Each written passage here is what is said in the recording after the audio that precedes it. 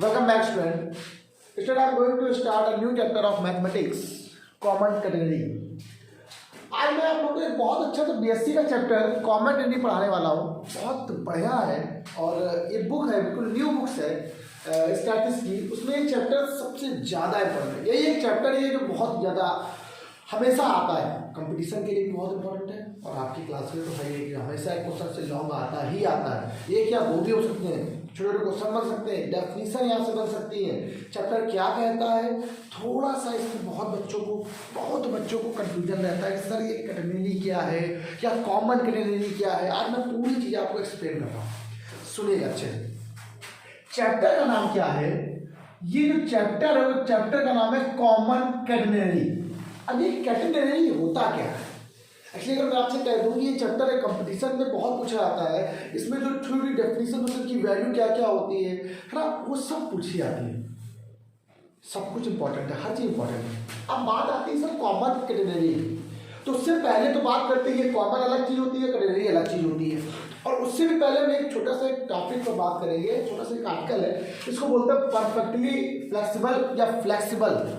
Flexible string क्या होती है? परफेक्टली कभी कोई चीज़ नहीं हो सकता, ठीक। तो हम सिर्फ फ्लेक्सिबल की बात करेंगे। फ्लेक्सिबल क्या है? फ्लेक्सिबल, ठीक। फ्लेक्सिबल इसको जरा पढ़ते हैं। एक होता है फ्लेक्सिबल, एक होता है नॉन फ्लेक्सिबल, दो चीजें होती हैं। अच्छा, मैं आपको छोटा सा एक चीज बताना चाहता हूँ कि अगर मान लीजिए आपने कोई वायर है, कोई स्ट्रिंग है, थ्रेड ले लो, धागा ले लो, स्ट्रिंग ले लो या कुछ भी चैन ले लो। आपने चैन को ऐसे लिया और ऐसे करके हैंग कर दिया। हैंग करना मतलब क्या होता है? उसको ऐसे लटका देना। जब उसको लटकाते हो तो आप लोग पता है ये जो स्ट्रिंग है, इस पर जो वेट यहाँ पर सेंटर पे लाई करेगा, इसके से ये क्या होगा, ये देखिए ये पर इसमें अंदर स्ट्रेच हो जाएगा ऑटोमेटिक, मतलब रेजिस्टेंस अप्लाई होगा, ऊपर नीचे होगी। और अगर कहीं पर भी अगर किसी भाई ऐसा तो कोई है नहीं, चाहे जितनी मजबूत रस्सी ले लो आप, चाहे लोहे की क्यों ले लो, वो भी लटक जाती है। लटकने के बाद उसमें भी फ्लेक्सिबिलिटी आ जाती है। मेरे कहने का मतलब है फ्लेक्सिबल स्ट्रिंग और नॉन फ्लेक्सिबल स्ट्रिंग का मतलब कुछ और है। मैं कह रहा हूं, लिखा हुआ स्ट्रिंग और chain is said to be perfectly flexible. Perfectly flexible, बिल्कुल दृढ़ है, जो खड़ी है। ऐसा कोई नहीं, कभी ऐसी कोई चीज नहीं होती जो हमेशा परफेक्टली हो। लेकिन हम लोग कुछ मान लेते हैं, लोहे वाली होती है, उसको लटका देने पर वो ज्यादा हैंग तो होती है लेकिन खिंचती नहीं है जब तक उसमें कोई ना कोई वेट न रखा है। खींचेगी तभी फ्रीली, वो भी फ्रीली, किसी के साथ कोई भी यहाँ पर कोई वेट ना इसमें हैंग किया जाए। इसने बोला है flexible if it offers no resistance to bending at any point. किसी भी पॉइंट पर इनको करने पर कोई भी रेजिस्टेंस अप्लाई ना हो, उसमें कोई भी। जब स्ट्रिंग को मैंने किया, एग्जाम्पल ले जाता है थोड़ा सा, कुछ है नहीं मेरे पास, कोई है कुछ लाओ जरा, एक धागा टाइप का छोड़, अरे बाहर ना, ये है बढ़िया, ये देखो, इसी ले लो, ये मिल गया। ये देखिए आपने लटका दिया इसको, जैसे मान लो आपने यहाँ से इसको लटकाया। अब ये देखिए क्या इसमें कोई फ्लेक्सिबल कुछ भी चीज़ें नहीं होनी। देखो जैसे लटका वैसे लटका है। देखिए दो वर्टिकल पॉइंट, ये वर्टिकल है, जरूरी सेम हो, ऐसे भी सकता है, ऐसे भी सकता है, ऐसे भी सकता है। ये हम आपको यहाँ बता रहे हैं, जो चैन लटकी हुई है, या चैन बोल दो, स्ट्रिंग कह दो, क्या इसमें कुछ भी रेजिस्टेंस हो रहा है? लेकिन अगर रबड़ ले लो, रबड़ वाली जो आती है उसको टांग दो, ऊपर नीचे खींचती है। जो ऊपर नीचे खींचती है, ठीक, वो होती है नॉन फ्लेक्सिबल। क्या होती है वो? और ये कैसी है? फ्लेक्सिबल। वर्ड जरा ध्यान रखना, आपको ऐसा लग रहा होगा कि वर्ड फ्लेक्सिबल मतलब खींचना। फ्लेक्सिबल मतलब जो होती है परफेक्टली, उनमें कोई भी रेजिस्टेंस अप्लाई नहीं होता, खींचती नहीं है, अब तक उनमें वेट ना लगाओ। लेकिन अगर मान लीजिए अगर आप कोई रबड़ की ले लेते हो, जिसमें स्ट्रिंग या स्ट्रिंग ले लेते हो, कुछ ऐसे कर दो, अपने आप खींचेंगे, ऊपर नीचे होंगी, ऐसे होंगी कि नहीं होंगी? ध्यान रखिएगा, इसको बोलते हैं फ्लेक्सिबल। और कोई भी चीज़ कभी भी परफेक्टली फ्लेक्सिबल नहीं होती है, ठीक। लेकिन हम उसको कंसीडर कर लेते हैं परफेक्टली फ्लेक्सिबल है। जो फ्लेक्सिबल है उसी को परफेक्टली फ्लेक्सिबल कंसीडर कर लेते हैं। तो a string or chain is said to be perfectly flexible if it offers no resistance to bending at any point। जब किसी पॉइंट को ऐसे, जब किसी स्ट्रिंग को ऐसे किया गया, इसमें कोई भी रेजिस्टेंस अप्लाई नहीं हो रहा है, ठीक है, कुछ भी खींच नहीं रहा है, उसको क्या बोलेंगे? फ्लेक्सिबल कहेंगे। आगे चले, सुनना मेरी बात। अगला एक वर्ड आता है इसी में सर, कैटेनरी क्या होता है? यही जो मैंने लटकाया इसको, इसी पूरे शेप को क्या बोलते हैं? कैटेनरी बोलते हैं। क्या बोलते हैं? इस शेप को।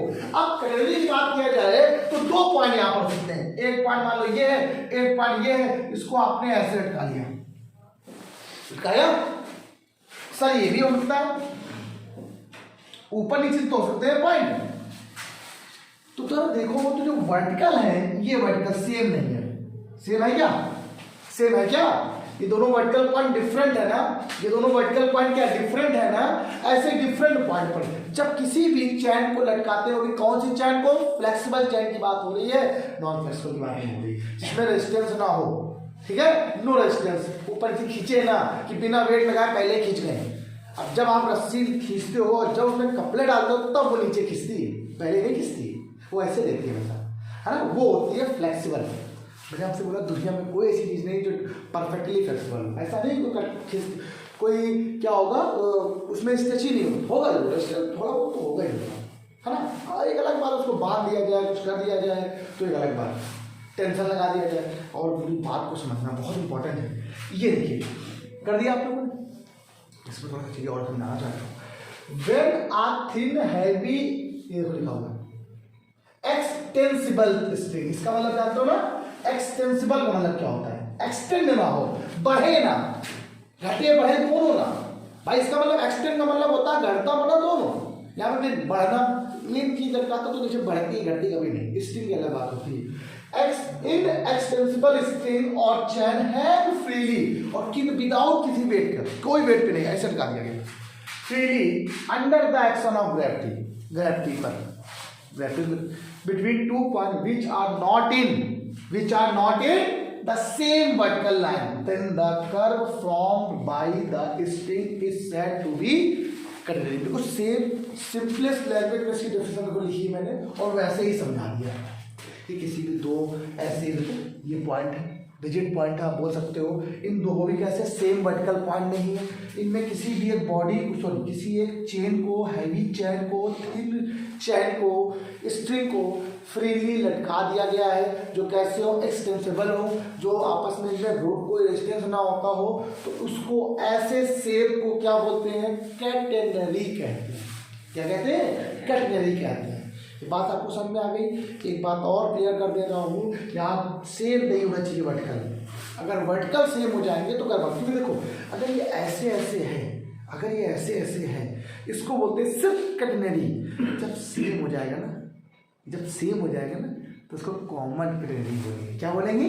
जब सेम वर्टिकल लाइन की बात करेगा। अब अगर एक पॉइंट ये और एक पॉइंट ये सेम पॉइंट, अब इस आप लटकाओ किसी बॉडी को ऐसे, आप कोई दिक्कत नहीं। जब सेम वर्टिकल पॉइंट पर या सेम वर्टिकल लाइन पर, ऐसे वर्टिकल लाइन ऐसे होती है, ठीक, सेम वर्टिकल लाइन पर किसी को किसी भी स्ट्रिंग को लटका दिया हुआ, कौन सी स्ट्रिंग? तो सेम है स्ट्रिंग को, इस एक्सटेंसिबल स्ट्रिंग और चैन हैंग फ्री, कोई डेफिनेशन सेम लिख सकते हैं। Under the action of the gravity between 2 point which are not नहीं, which are in same vertical line, या नॉट कहने लगा पर सेम वर्टिकल लाइन कर देंगे तो उसका नाम क्या हो जाएगा? Common catenary. क्या बन जाएगा ये? सर आपने डेफिनेशन तो लेकिन दूसरी लिखी स्टार बना के।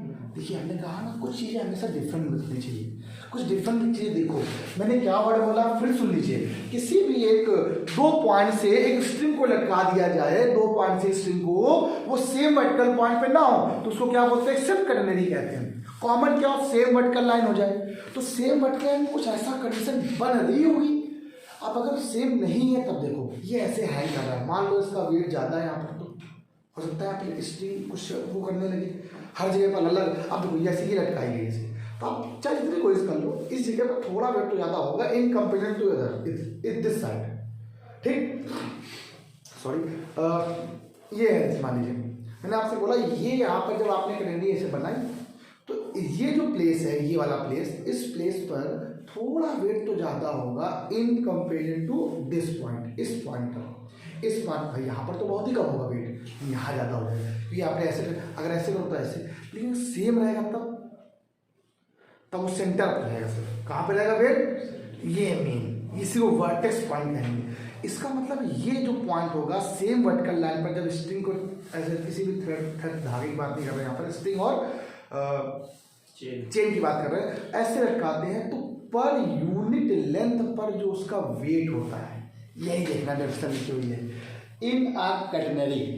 देखिए मैं चाहूँ तो मैं आपको ये भी डेफिनेशन दिखा सकता था, आपके लिए समझ लीजिएगा।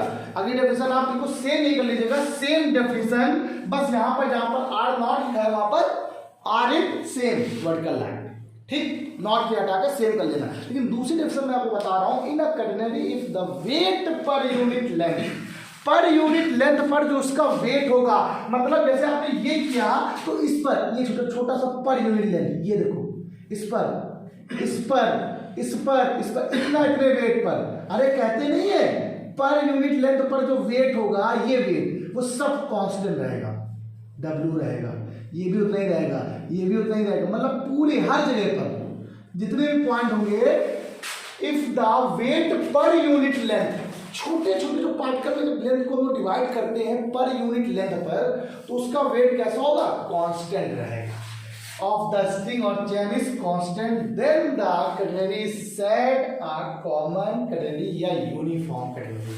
आप लोगों को मालूम है यूनिफॉर्म बोलना तो फिर सेम होनी चाहिए। तो ऐसी कैटेनरी जो अपने पर यूनिट लेंथ पर जिसका वेट कितना हो, वेट पर यूनिट लेंथ क्या कांस्टेंट हो, वेट पर यूनिट लेंथ या पर यूनिट लेंथ वेट जो होगा वो क्या हो, कांस्टेंट हो, उन सभी पर वैल्यू कितनी हो, फिक्स वैल्यू कांस्टेंट हो। गजब लाइन, बस यही एक लाइन थी मेन, ये जो लाइन लिखी हुई है वेट पर यूनिट लेंथ, यही इंपॉर्टेंट है। आप ये बोल दो, आपसे टीचर खुश हो जाएगा, कहेगा अरे यही तो मेन था।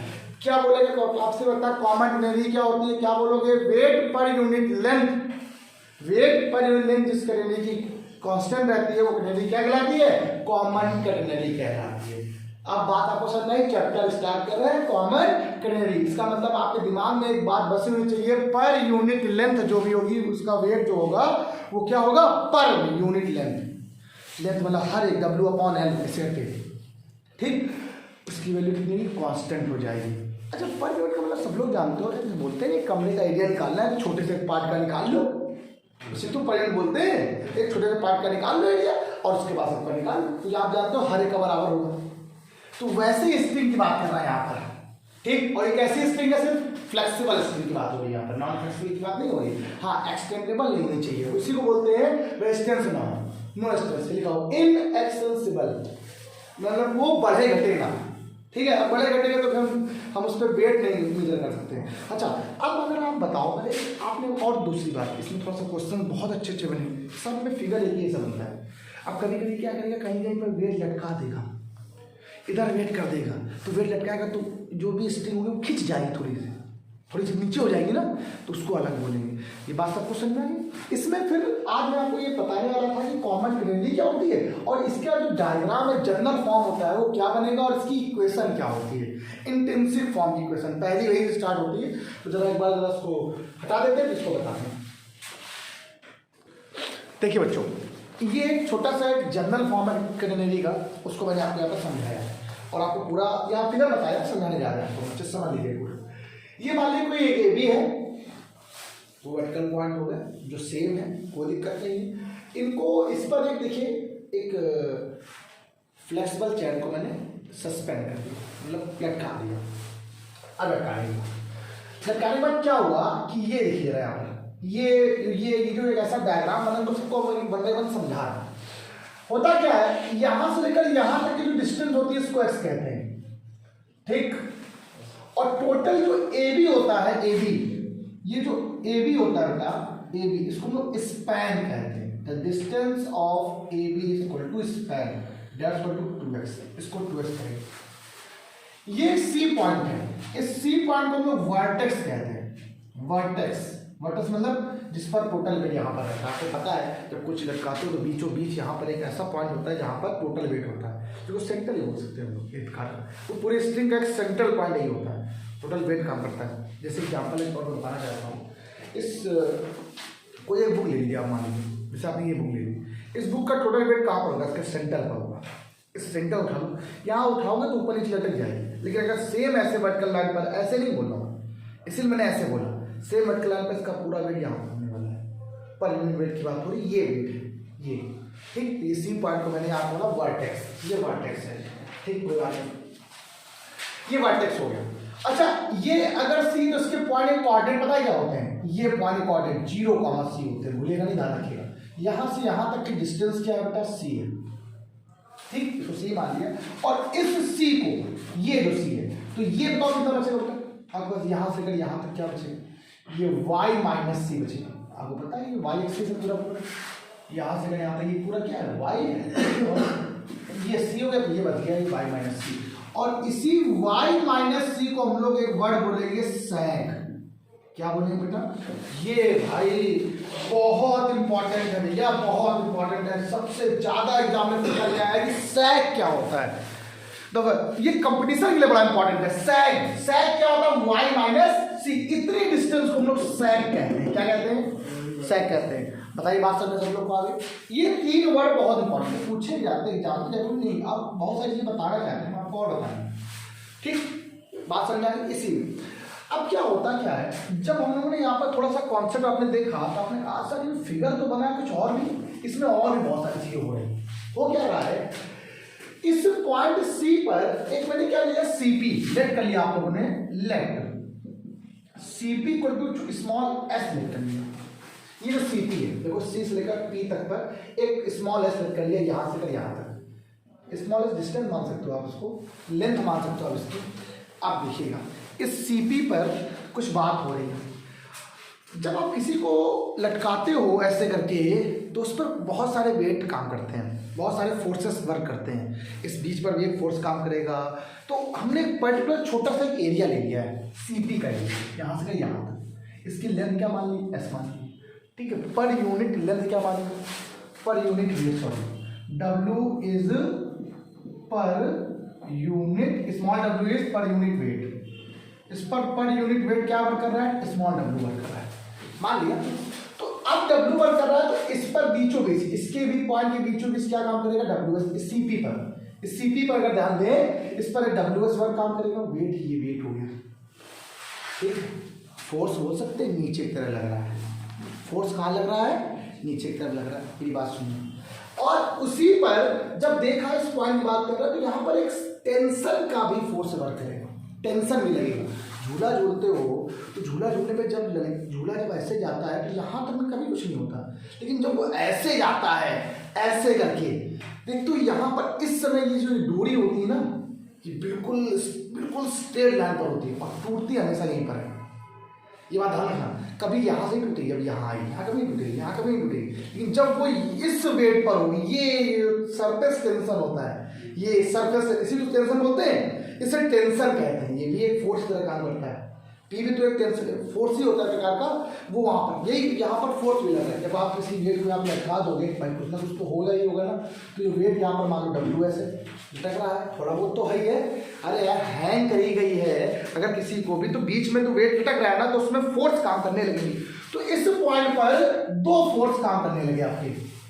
देखो एक ऐसा फोर्स हो गया, इधर टेंशन हो गया, ये कैसा हो गया, इसको हॉरिजॉन्टल टेंशन, ठीक है, टी नॉट। क्या बोलेंगे इसको, हॉरिजॉन्टल। टी नॉट मतलब आपको पता है क्या होता है, इस पर एक फोर्स काम करेगा हॉरिजॉन्टल, इसलिए क्या बोलेंगे टी नॉट। एक वर्टिकल काम करेगा, उसको टी ए बोल सकते हो, टी पी बोल सकते हो, इस पॉइंट की बात कर सकते हो, तो ऊपर ऐसे काम करेगा, ठीक है, नो प्रॉब्लम। अब बात आती है सर, ये जो टेंशन है, ये सरफेस टेंशन जो है, इसको अगर मिला दिया जाए तो ये यहाँ पर एंगल के साथ साइन एंगल बनाता है, ये आप थोड़ा ध्यान रखिए, ठीक। इस पर एक फोर्स भी काम कर रहा है, देखो ऐसे करके। अब हमें यहीं से बताना है कि यहाँ पे 2-3 टाइप के फोर्स काम करने वाले हैं। मुझे कैसे लग रहा है 3 फोर्स काम कर रहे हैं। कौन कौन से 3 फोर्स काम कर रहे हैं, तो पहला तो यही काम कर रहा है, टी नॉट वाला। टी नॉट इक्वल टू, बहुत सारी चीजें बन सकती है, बताते हैं आप लोग को। और ये एंगल साई बनाता है, आपको पता है एक बार, तो एक बार एंगल बनाएगा टी कॉस साई और एक होगा टी साइन साई। ये 2 प्रकार के वेट यहाँ पर काम करेंगे, कंपोनेंट में ब्रेक हो जाएगा जब, तो ये काम करने वाले हैं। एक क्या बनेगा, टी कॉस साई, दूसरा क्या बनेगा, टी साइन साई। एक वर्टिकल काम करेगा और एक हॉरिजॉन्टल काम करेगा। ये टी नॉट का मतलब होता है, ये मेन पॉइंट पर, वर्टेक्स पर भी एक पॉइंट होगा जिसको टी नॉट कहेंगे। अब इस पर यहाँ पर जैसे ही टेंशन यहाँ से एंगल बनाना शुरू किया, तो इस पर 2 काम करने लगे। तो अब आप कह सकते हो एक इधर काम करने लगा और एक ऊपर की तरफ जाने लगा ना, तो ये क्या हो जाएगा, टी कॉस साई और ऊपर वाला हो जाएगा टी साइन साई। तो अब आपको पता है कि अपोजिट जो भी होते हैं जो फोर्स लगते हैं वो हमेशा इक्वल होते हैं, यही तो होता है। तो यहाँ पर आप क्या करोगे, ये जो है यहाँ पर, अब आप थोड़ा समझिए पूरी बात को। अगर देखा जाए तो टी कॉस साई बराबर टी नॉट, सो देखो T cos Sai equation number T not क्या हो जाएगा, टी कॉस साई, है कि नहीं। ये इधर जा रहा है, ये इधर जा रहा है, अपोजिट ऐसे में तो बराबर होते हैं, नहीं माइनस ऊपर नीचे। अब ये ऊपर है और ये नीचे है, तो ये क्या है, टी ऐसे लिखते हो, टी साइन साई बराबर ओमेगा एस, सॉरी यार डब्ल्यू एस है, बार बार सर ओमेगा ही बोलूंगा, थोड़ा ध्यान रखिए, मार्क कर लो सर।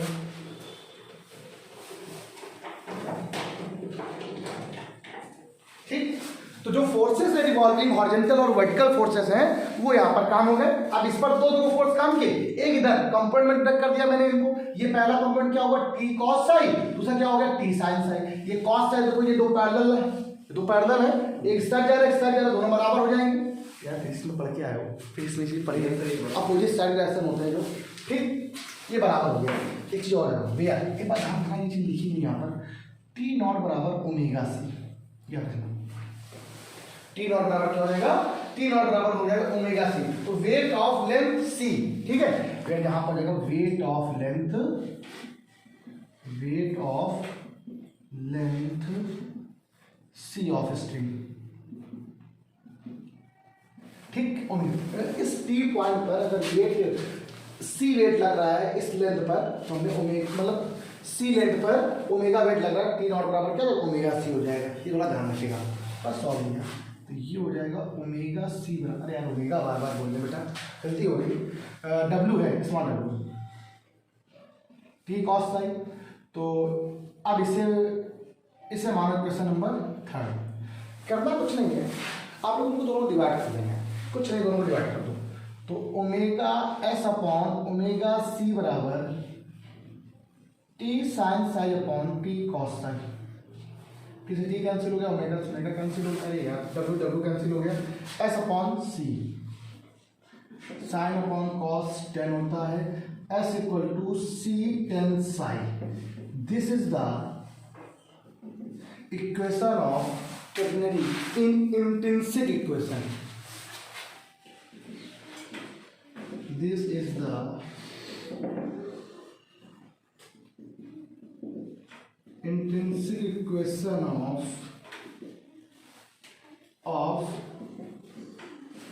common quaternary. ठीक, यही आपको लिखना था, पहला ही क्वेश्चन सबसे ज्यादा एग्जाम में पूछा गया है, ठीक है। अब जब भी कभी एग्जाम में आएगा थोड़ी बहुत आपको थ्योरी यहाँ पे लिखनी पड़ेगी जो मैंने आपको बोली है, चाहो तो बुक से भी देख सकते हो, ऐसा नहीं कि नहीं लिखते हो, कि लिखने से टाइम वेस्ट होता है। मैंने आपको पूरी पूरी समझाई है, जो भी चीज़ लिखवाई है कोई एक बात समझानी चाहिए।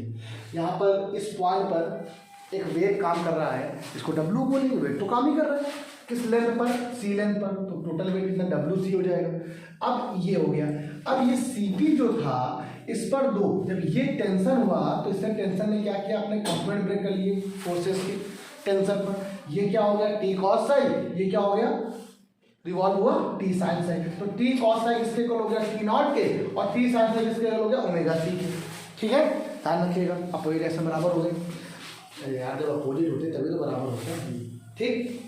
ये बराबर एक साइड में होगा जुड़ नहीं जाएगा, अगर वो भी इधर जा रहा है वो भी इधर जा रहा है तो बराबर नहीं जाएगा भाई। फोर्स इक्वल करने के लिए कैसे होगा, इस चीज़ को बनाने बांधने के लिए, जैसे आपने कहा खंबा है और खंबे को बिल्कुल स्टेबल रखना है, तो एक तरफ सीधा से लगाते हैं और एक तरफ सीधा से लगाते हैं, दोनों से इक्वल लगाते हैं ना। अगर मान लो एक यहाँ लग रहा है और एक ऊपर लग रहा है तो बराबर तभी करेगा, अब बराबर हो जाएगा, ठीक। फोर्स अब यहाँ पर देखो बहुत सारी अलग अलग चीज़ें फिजिक्स पूरी जुड़ जाती है, सरफेस टेंशन तो आने ही आना है, टेंशन जुड़ेगा, बहुत अच्छा क्वेश्चन यहाँ पर होने वाला है। तो यहाँ से कैंसिल हो गया, एस बराबर यहाँ से क्या हो गया सी टेन साई हो गया, S equal to C tan psi हो गया। अब यह क्या हो गया, एस बराबर C tan psi, this is the intrinsic equation of common. S और साई में जो भी इक्वेशन होती है वो क्या होती है, इंट्रिंसिक इक्वेशन होती है, सबसे ज्यादा पूछी जाती है, ठीक। और ये क्वेश्चन क्लास का आया हुआ सबसे ज्यादा क्वेश्चन है, बहुत सिंपलेस्ट वे में बताया, ये बात सबको समझ में आ गई। इसके आगे के क्वेश्चंस, जैसे मैं यहाँ पे पूछता है स्पैन क्या होता है, वर्टेक्स क्या होता है, इसमें और भी क्वेश्चन बनेंगी, ठीक है। एक्स और वाई के फॉर्म में, एस और सी के फॉर्म में, इसको हम नेक्स्ट क्लास में बताएंगे। आज आपको इतना बताएं, आपको क्लियर होगी बात। आज के इतना ही रख दो, कल नेक्स्ट क्लास में बताते हैं। आज इतना ही, बाय क्लास।